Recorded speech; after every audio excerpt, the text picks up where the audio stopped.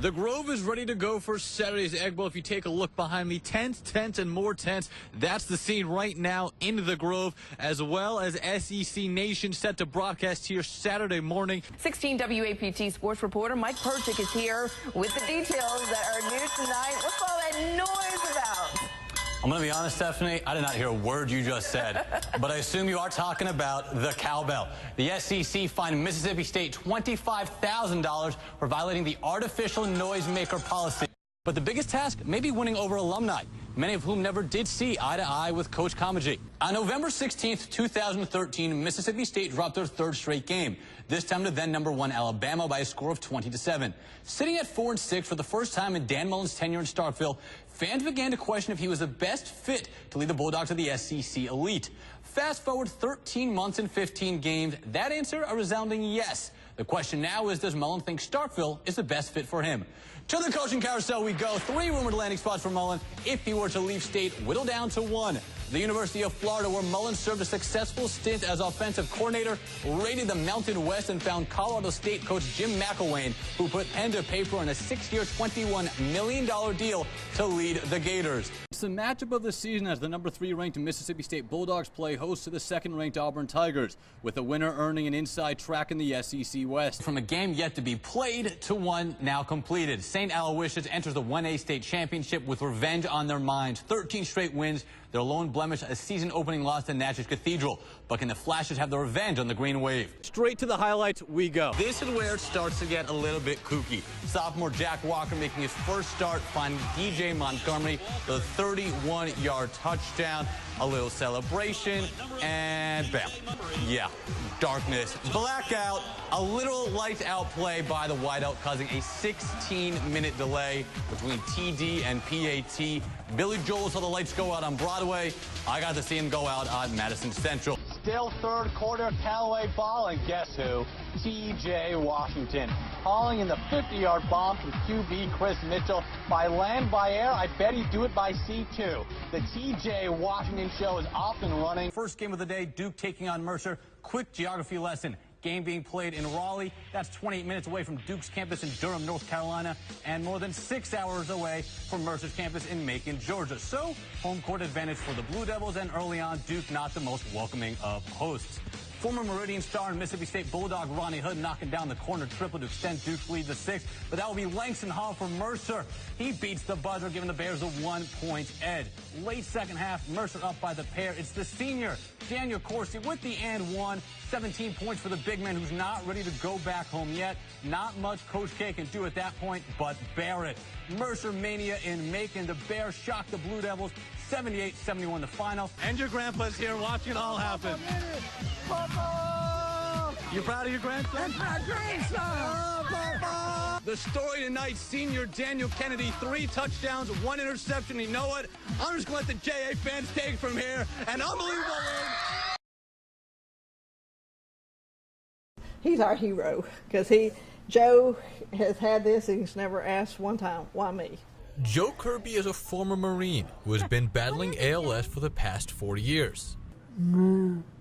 He's confined to a wheelchair. His speech is slurred. He's now aided by a special computer that communicates for him based on the movement of his eyes.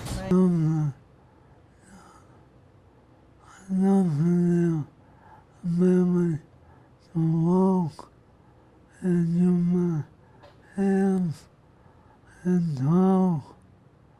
I was not bound from myself. Once diagnosed, they typically live between 3 to 5 years. Joe is a major sports fan, specifically of the Mississippi Braves and New Orleans Saints. One of the most iconic plays in Saints history is Steve Gleason's punt block in the first game back in the Superdome after Hurricane Katrina. Gleason, like Kirby, is now battling ALS.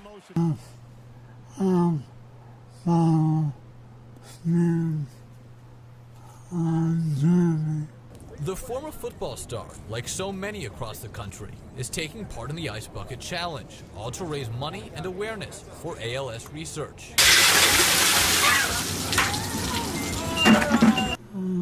I'm glad it's letting the world know about ALS and the battle.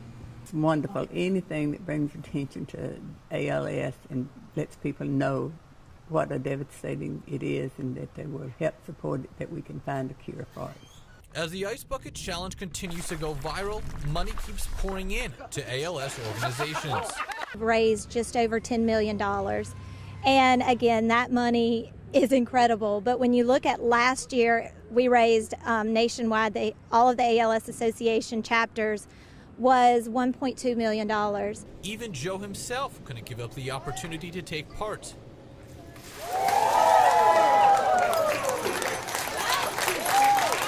Before challenging Mississippi Braves GM Steve DeSalvo.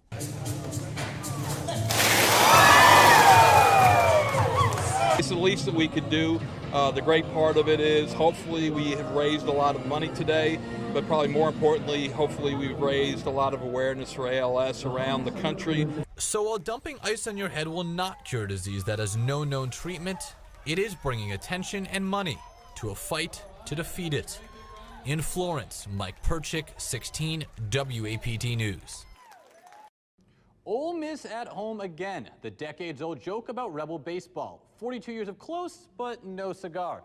All exploding excitement Monday night. We now take a trip back to see how things have changed since the last time the Rebels were in Omaha. Robinson handles it, and they're going to Omaha for the first time in 42 years. Hotty toddy in Omaha. For the 35 men that make up this 2014 Ole Miss team, they represent 42 years of Rebels before them. You know, obviously we haven't been in this position like 40-some odd years, and we're just excited to be here. You know, felt like we're one of the best teams in the nation right now. It'll be something special, man, to go out there and win it out there. I mean, first national championship, we've been here in a while, so I mean, if we go out there and get the job done, I mean, it'd be something special for Rebel Nation. Back in 1972, Rebels legend Archie Manning, who started shortstop for the 1969 team that made Omaha, was set to begin his second season at the helm for the New Orleans Saints. The last day of that College World Series was June 16th. A day later, 5 White House workers arrested for their role in the Watergate scandal. Tupelo native Elvis Presley was still in the building. The country's biggest star just finished working on Always on My Mind, profiling a split from his wife Priscilla.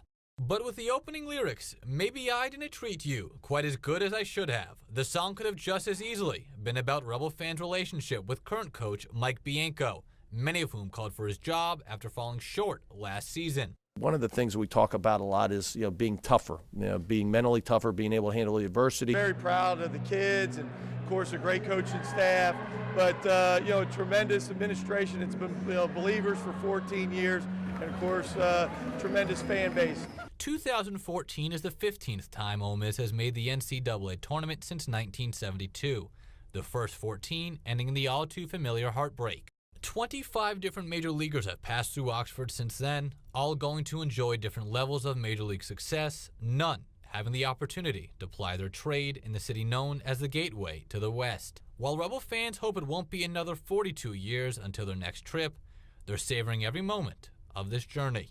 That's all we got. I'm Mike Perchick, Blitz 16.